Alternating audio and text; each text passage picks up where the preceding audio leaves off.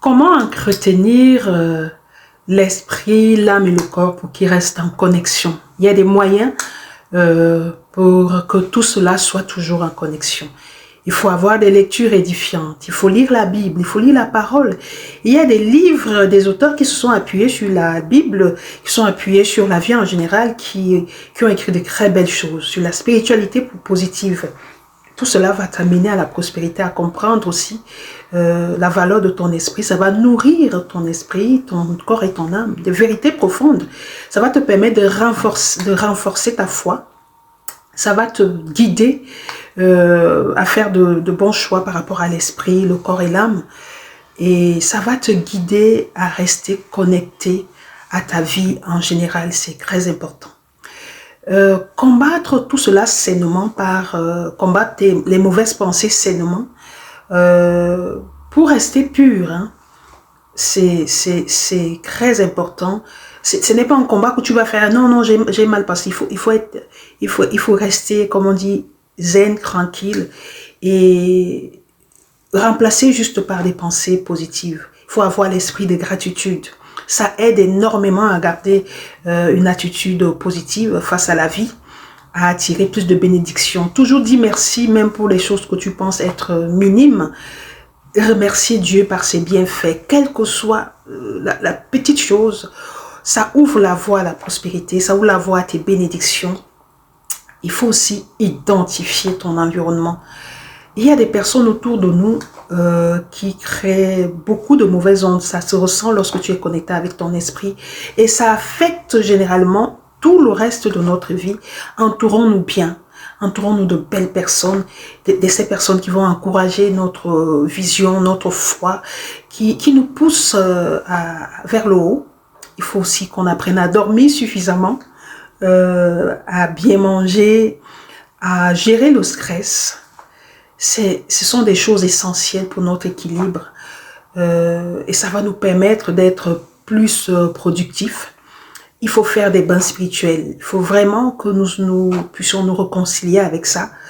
Et ça permet qu'on puisse entretenir régulièrement notre corps, notre esprit et notre âme.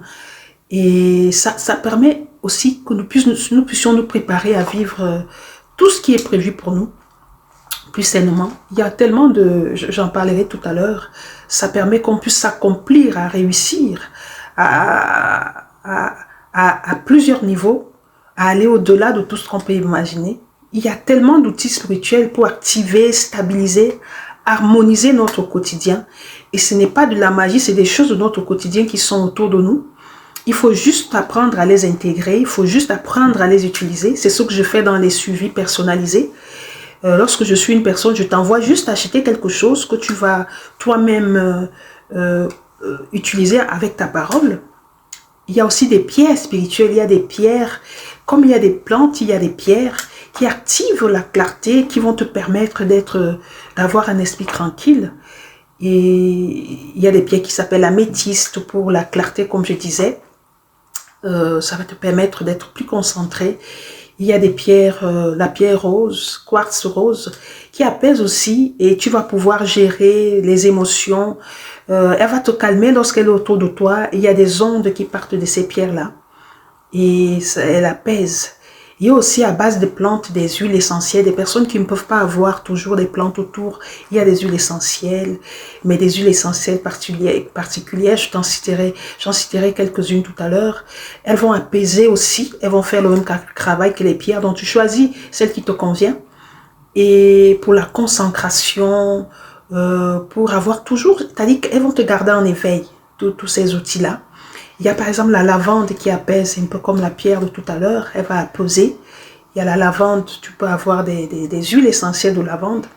Il y en a beaucoup plus, mais comme nous ne sommes pas consacrés, il y a un atelier qui est consacré dessus. Il y a la prière qui est un élément, un outil, la méditation, ce sont des outils spirituels vraiment primordiaux. Il y a le basilic qu'on appelle Msapo Cameroun, le basilic classique, le basilic sauvage. Pour purifier les énergies négatives, il y a le romarin pour renforcer l'intuition, la clarté mentale. Tout ça, tu as besoin de tout ça pour équilibrer ton identité spirituelle. Il y a beaucoup d'autres plantes purifiantes, des plantes apaisantes. Tout cela, j'ai mis ça dans un atelier ou la citronnelle. Il y a tellement de choses. Il y a un atelier qui est consacré dessus, où nous pouvons parler plus largement de toutes ces choses. Il faut juste apprendre à s'occuper au quotidien d'harmoniser son corps, son esprit et son âme pour qu'il soit toujours en connexion perpétuellement, en permanence avec Dieu.